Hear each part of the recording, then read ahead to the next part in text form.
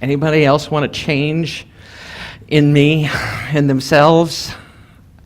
I know I have needed it in the past couple of weeks. There we go. This is what my life has felt like. I don't know if any of you can relate, right? And I have been in this process, in this journey, and also knowing the truth of our teachings, right?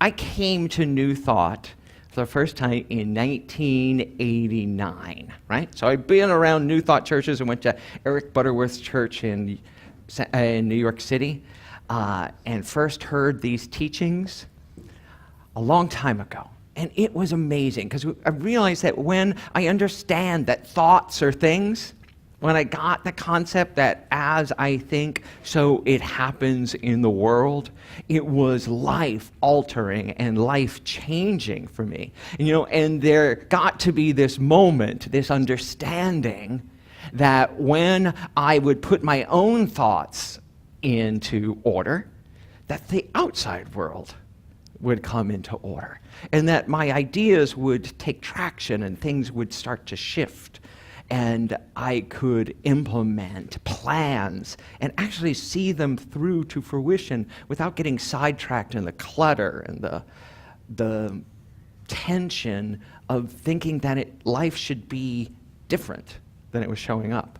My anchoring in the power of words, that words have power, that my thoughts were actually things manifesting in the world, shifted so much for me. And we call it New Thought, and everybody thinks, oh, because this is a new teaching, right? Well, no. Buddha taught this, right? This idea has been around forever. We are what we think. All that we are arises with our thoughts. And with our thoughts, we make the world. With our thoughts, we make the world. Wow. So when I then step more fully into that power and that understanding, the gears of my life literally start to shift. And things still are erratic at times, and I still have stray thoughts, but I can always come back to the power of word, and I say, I am fully present. I am whole and complete. I am gifted with all that I need to succeed. Right? When you can know that, when you're gifted with all you need to succeed at every moment, it's almost frightening because then there's no limit, right? So what is it that you want to do? What is it that you want to achieve in life? So that teaching has been profoundly useful to me, and I did some amazing things once I found New Thought. I mean, I was working in New York and living in the middle of the AIDS crisis, and after I found New Thought, I applied the teachings and got my first Broadway show. Right? And I was working as a dancer and singer and actor in New York City by using these principles. Right? And one of the things that I was taught was by Louise Hay. And those of you who know her, you might know this quote from Louise. I am 100% responsible for everything in my life. Wow. Wow. 100% for everything in my life. And when that seems hard to take on, I would just breathe into it, going, well, I am either allowing it or I'm creating it with the power of my thoughts. But that teaching was fundamental for me to make a shift into personal responsibility, to stop being the victim of life and to step into owning that this was mine. If I was experiencing lack, there was something in my life that I was using, that I was holding on to, that there's not enough, that I was not good enough, that someone was out to get me. when I was responsible for what was in my life, I could make changes. But I don't think I'm alone in this understanding that sometimes that's a very difficult sentence and statement to really own.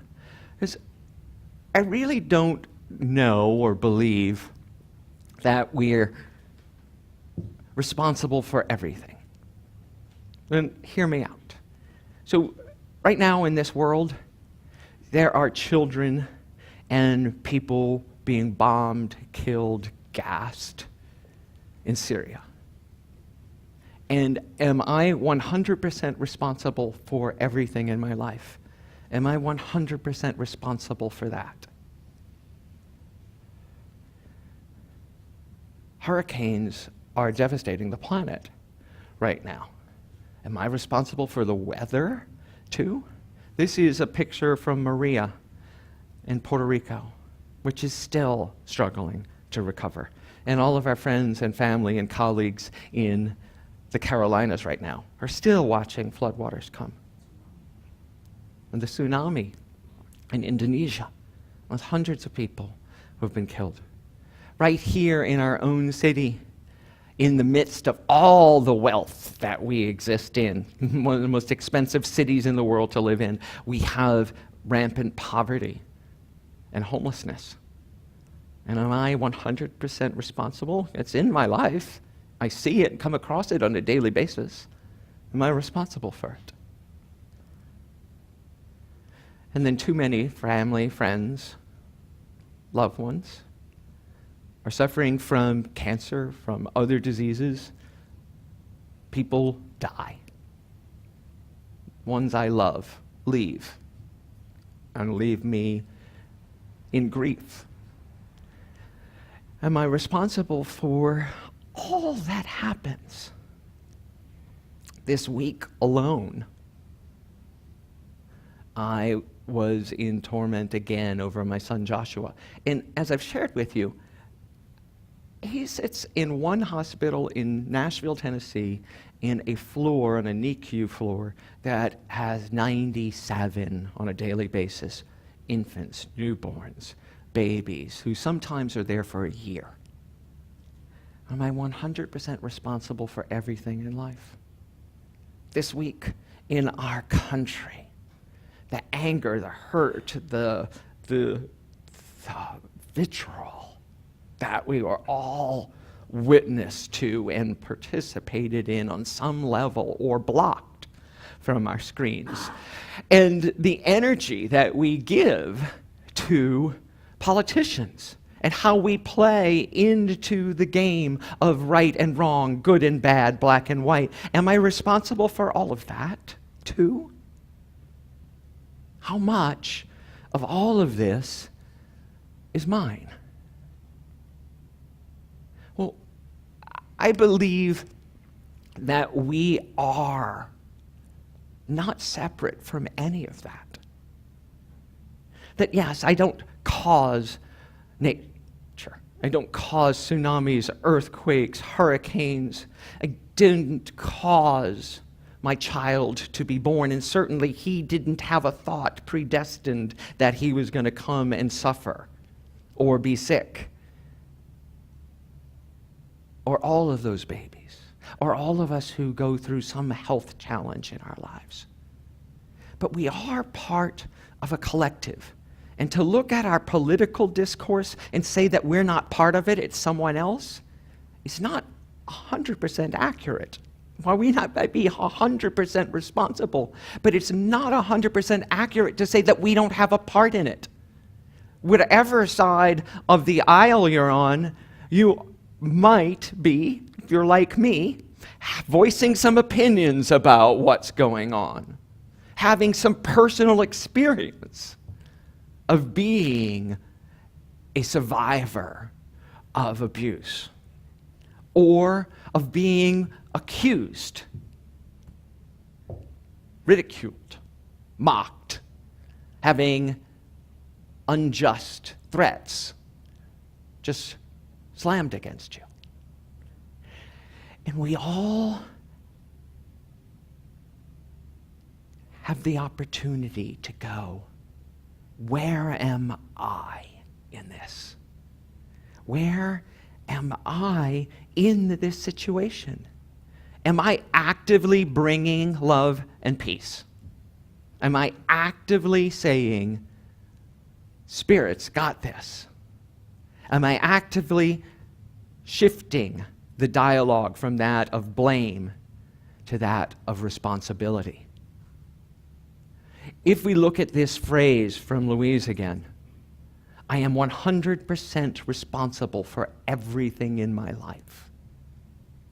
Well, yes, I have been part of the political discourse. I have been part of this drama that our country is in. As part of my sabbatical, I spent a week in Atlanta with my father. Haven't spent a week with my father in a long time. And I pray, meditate, teach, practice, and I'm standing in front of my father screaming at him, having a total meltdown, and was watching myself do it, feeling unable to stop, unable to withhold this venom that had been building up for too long. And the hangover from that, the hangover from not taking responsibility all along the way, for stating who I am and what I believe in a peaceful manner in the more difficult situations. It's easy to talk to a stranger that you don't have anything invested with.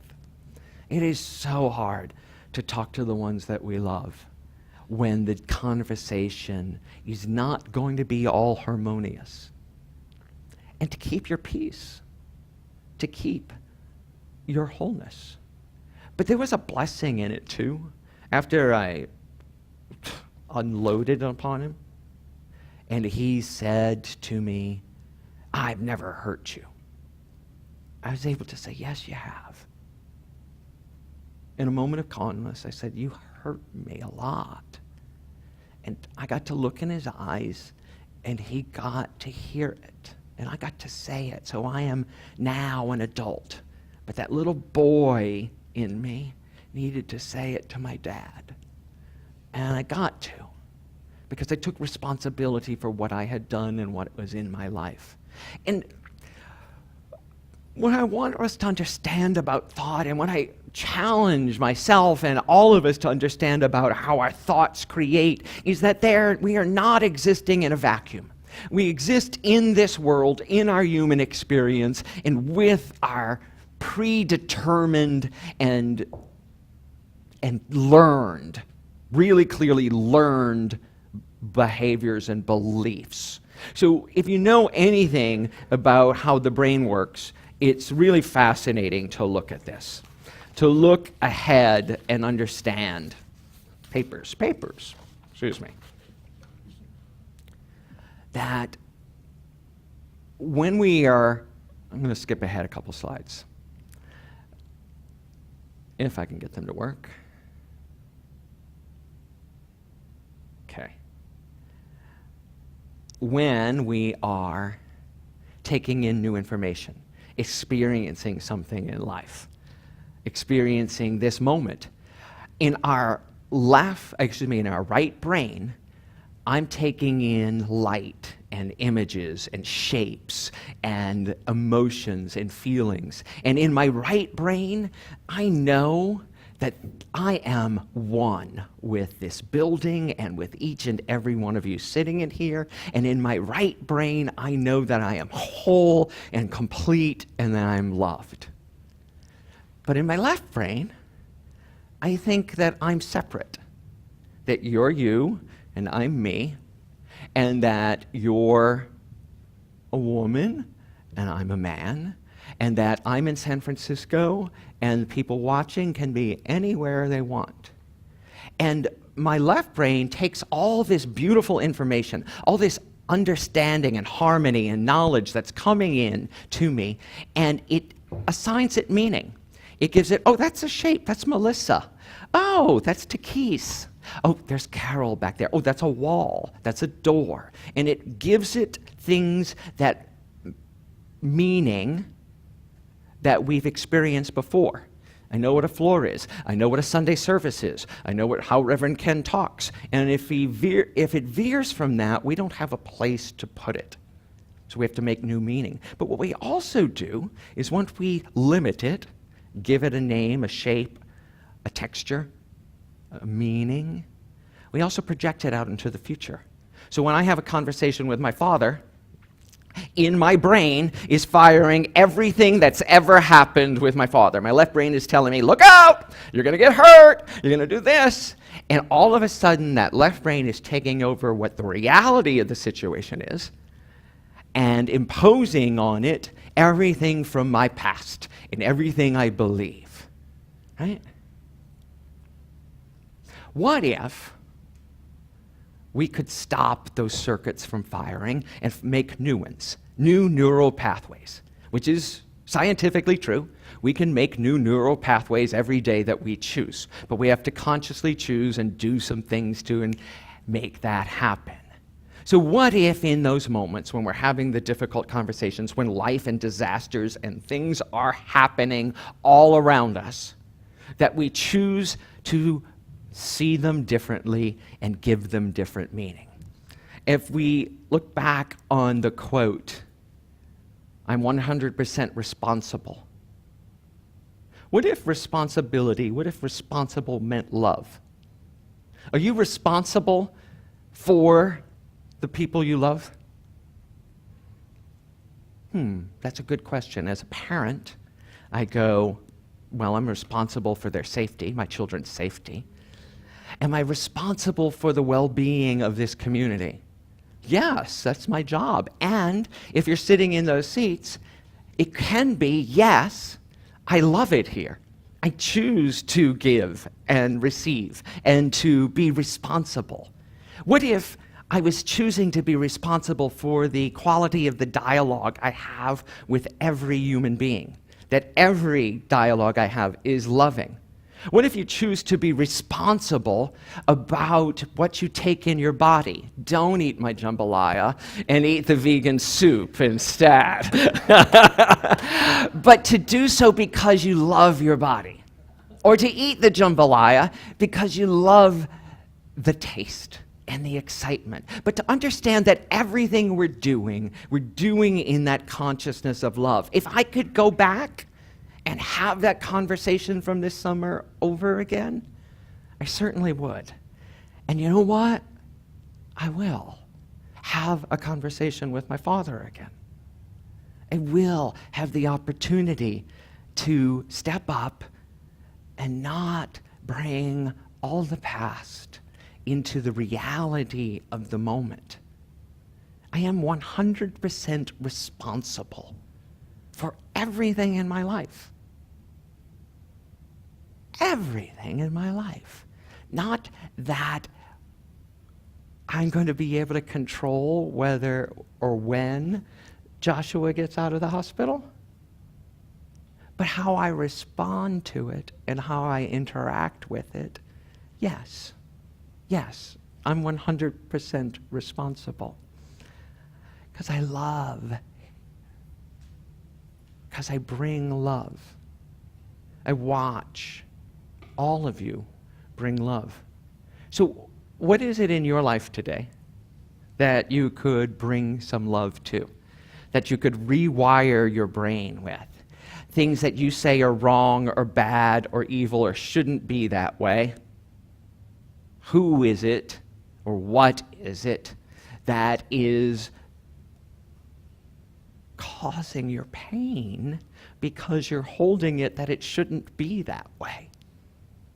Can we rewire ourselves to understand that things may happen to you and things may happen around you, But the most important thing is what happens within you.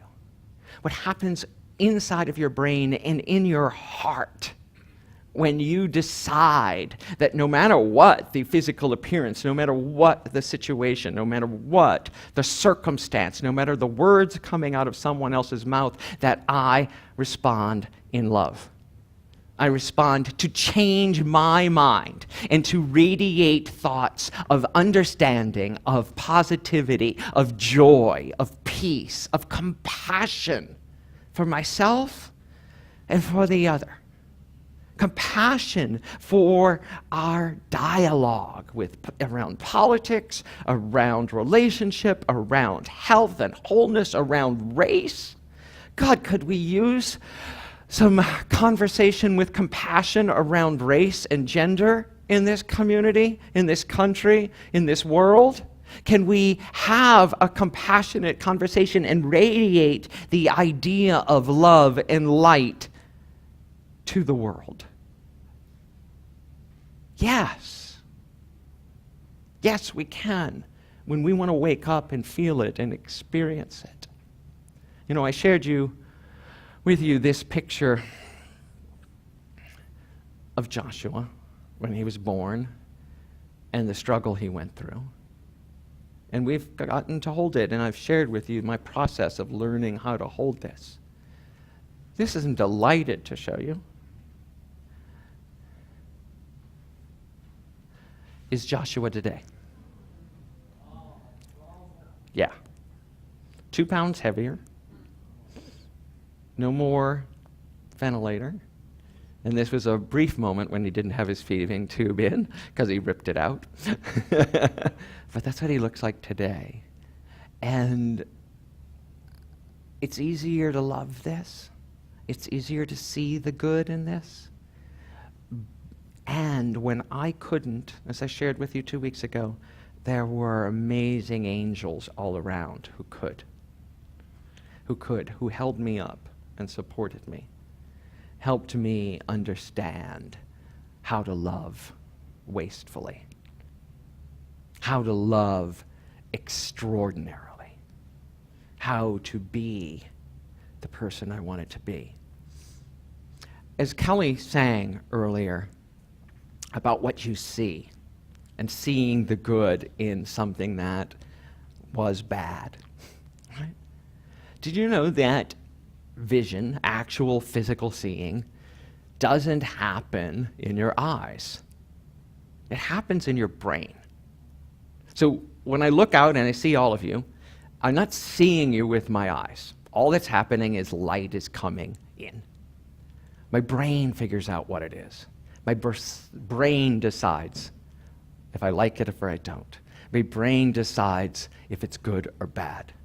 So when we can see through the eyes of love, when we can love wastefully, when we can take control of that thought, we are 100% responsible. Knowing that I am the one choosing how to see this. I am the one seeing you whole and complete, healthy and vibrant, gorgeous, loving, generous, powerful, amazing. That I am seeing every situation for its unlimited potential. And in that moment, we can step up. We can step up and own our lives. Things may happen to you, and things may happen around you. But the most important thing is what happens within you. Let's take that to our time of meditation.